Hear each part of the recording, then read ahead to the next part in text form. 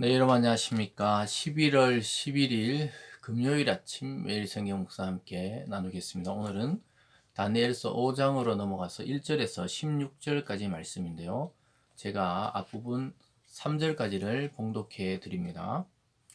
벨사살 왕이 그의 귀족 1000명을 위하여 큰 잔치를 베풀고 그 1000명 앞에서 술을 마시니라. 벨사살이 술을 마실 때 명하여 그의 부친 느부갓네살이 예루살렘 성전에서 탈취하여 온 금 은그릇을 가져오라 명하였으니 이는 왕과 귀족과 왕후들과 후궁들이 다 그것으로 마시려 함이었더라. 이에 예루살렘 하나님의 전 성소 중에서 탈취하여 온 금그릇을 가져오매 왕이 그 귀족들과 왕후들과 후궁들과 더불어 그것으로 마시더라. 아멘. 오늘 본문의 내용을 중심으로 손가락들이 쓴 글씨라는 제목으로 말씀을 증거하겠습니다. 구약의 여러 가지 사건 중에 가장 또 신기하고 신비로운 사건 중에 하나가 바로 벨사살 왕 때 일어났던 이 벽에 손이 나타나서 글을 쓰는 그런 장면이 드러나게 되는데, 이것이 다니엘서에 나오는 내용입니다. 벨사살 왕은 우리가 앞에서 살펴보았던 느부갓네살 왕의 아들이죠. 근데 이 벨사살이 얼마나 교만하고 오만한지를 오늘 성경에서 보게 되고, 또 자기 아버지는 하나님의 말씀을 따라 여러 가지 경험을 통해 하나님을 찬양하고 높이는 그런 왕으로 살았다면, 이는 아예 자기 아버지가 또 그렇게 높였던 하나님을 무시하는 정책을 통해 자기가 대단한 것처럼 또 오만한 것처럼 행동하다가 하나님의 엄중한 경고를 또한 받게 되고, 또 그것을 통해 하나님의 앞으로 하나님의 역사가 어떻게 될 것인지를 알게 되는 그런 사건이 오늘 일어나게 됩니다. 그래서 오늘 첫 번째로 보면요, 벨사살의 아주 교만하고 하나님을 무시하는 행동이 나오는데요. 그것은 바로 자기 아버지가 예루살렘을 정복하고 그 예루살렘 성전에서 탈취해 왔던 금그릇과 은그릇을 가져와서 거기에 술을 따라 마시자는 거예요. 얼마나 그 교만한지 보여주는 것이죠. 그냥 술잔에 술을 따르면 되는데 굳이 그 하나님은 아무것도 아니다, 또 여호와는 아무것도 아닌 신이다, 자기 나라의 신이 대단하다, 이걸 보여주기 위해서 일부러 그 1000명이나 되는 귀족과 또 후궁들 앞에서 그 하나님의 예배에 쓰이는 그릇에 가져다가 술을 마셨다, 이 말입니다. 3절에 보면요, 이에 예루살렘 하나님의 전 성소에서 탈취해 온 금그릇을 가져오매 왕이 그 귀족들과 왕후들과 후궁들과 더불어 그것을 마시더라. 그러니까 이 술판을 막 대대적으로 벌려놓고 그 향락에 취해서 하나님을 무시하면서 하나님의 성전에 쓰이는 그 그릇들을 가져다가 마시면서 하나님은 아무것도 아니다, 여호와는 아무것도 아니고 자기가 최고다는 것이죠. 4절에 보면요, 그들이 술을 마시고 금, 은, 구리, 쇠, 나무, 돌로 만든 신들을 찬양한다. 그 우상을 막 찬양하는 것을 보게 됩니다. 결국은 하나님을 무시하고 우상을 높이고 또 자기들이 섬기는 신들을 찬양하는 것이죠. 그래서 자기가 막 대단한 줄 알고 자기 아버지가 그래도 나중에 깨닫고 높였던 하나님, 하늘의 왕을 무시하는 그런 행동을 하고 있는데, 결국은 이런 자들은 파멸로 끝난다는 것이 이 성경의 원리입니다. 그래서 하나님을 무시하고 하나님 앞에 제대로 살아낼 사람이 없어요. 그가 살아 있을 때든 그가 죽어서도 하나님 반드시 심판을 하신다는 사실을 오늘 보여주고 있습니다. 그래서 오늘 두 번째로, 그렇게 막 향락에 취해 있을 때 갑자기 손가락이 나타났어요. 이 사람이 나타난 게 아니라 손가락이 나타나 벽에 글을 쓰는 모습을 왕이 보게 됩니다. 5절이죠. 그때 사람의 손가락들이 나타나서 왕궁 촛대 맞은편 석회벽에 글자를 쓰는데 왕이 그 글자 쓰는 손가락을 본지라. 그러니까 왕궁 촛대 맞은편에 왕이 앉아서 이제 연회를 즐기고 저 성전 그릇으로 막 하나님 무시하며 술을 마시고 막 웃고 떠들 때 갑자기 손가락들이 나타나서 그 석회벽, 왕궁 벽에다가 글씨를 쓰는 것을 보게 됩니다. 그럴 때 어떻게 됩니까? 갑자기 두려움이 몰려옵니다. 6절입니다. 이에 왕이 즐기던 얼굴빛이 변하고 그 생각이 번민하여 넓적 다리가 녹는 듯하고 그의 무릎이 서로 부딪힌지라. 덜덜덜덜 떨고 있는 것이죠. 완전 몸이 굳어버렸어요. 왜냐하면은 이게 술 취해서 술김에 환상을 본 게 아니고 실제적으로 하나님의 그 능력으로 꼭 손가락 같은 게 나타나서 막 벽에다가 글자를 적은 것이죠. 그래서 하나님은 이 포악하고 하나님 무시한 이 왕을 제거하기 위해서 심판하기 위해 이렇게 개입하는 것을 보여줍니다. 그래서 결국은 그것을 통해 자기들이 막 먹고 즐기던 그 시간들은 이제 끝이 나고 하나님의 이 판결만 기다리고 있는 그런 시간이 된 것이죠.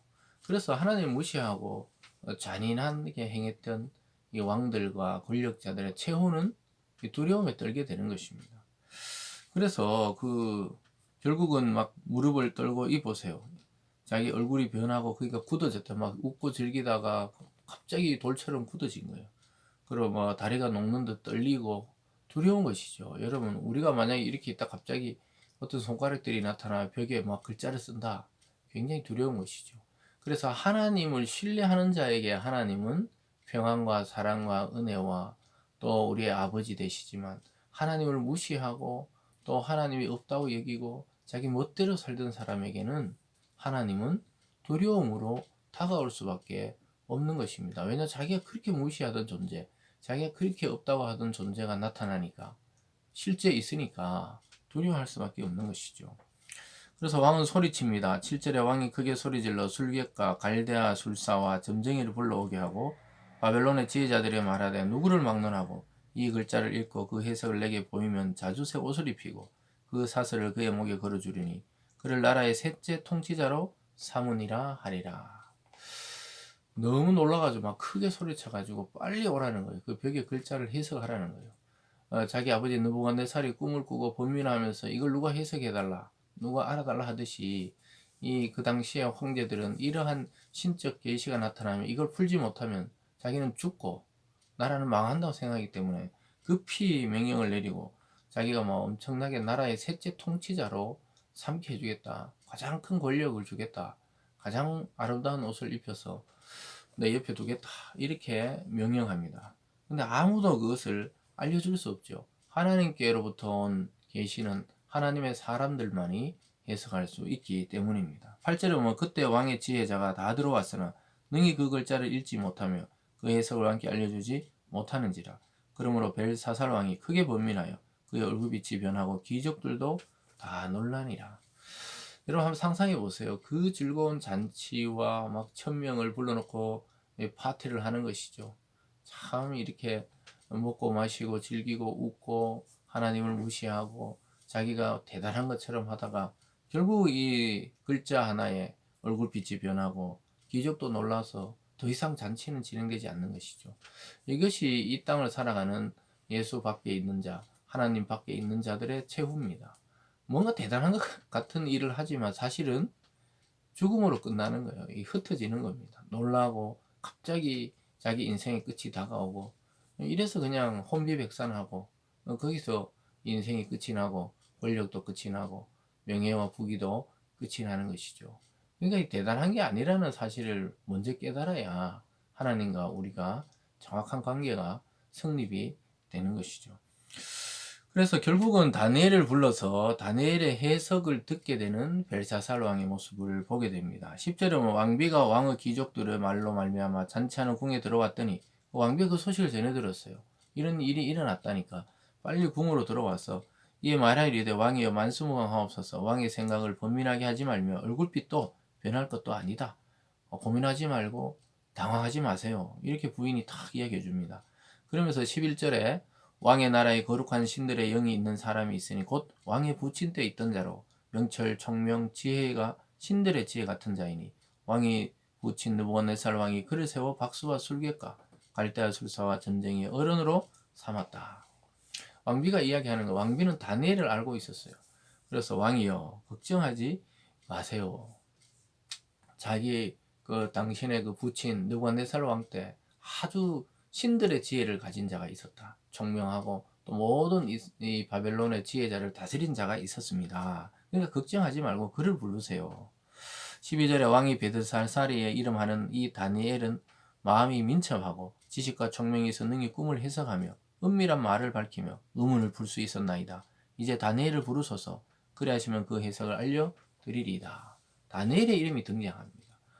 그러니까 아마 느부갓네살 왕이 이제 죽고 아들이 되면서 정권이 바뀌니까 다니엘이 좀 쉬고 있었던 것 같아요. 이제 조용히. 그때 이 사건을 통해 왕비가 다시 벨사살 왕에게 다니엘을 추천합니다. 그러니까 당장 오라 그러는 거예요.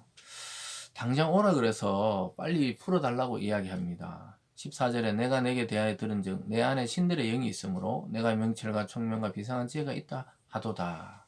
그래서 지금 여러 사람 불러도 몰랐는데 너가 그러는 신들의 지혜가 있다니까 이걸 좀 해석해 달라. 16절에 내가 내게 대하여 들은즉 너를 해석을 잘하고 의문을 푼다 하도다. 그런즉 이제 내가 이 글을 읽고 그 해석을 내게 알려주면 아까 말했던 대로 자주색 옷을 입히고 통치자로 삼겠다는 거예요. 결국은 하나님의 사람을 찾게 되어 있는 세상의 모습을 보게 됩니다.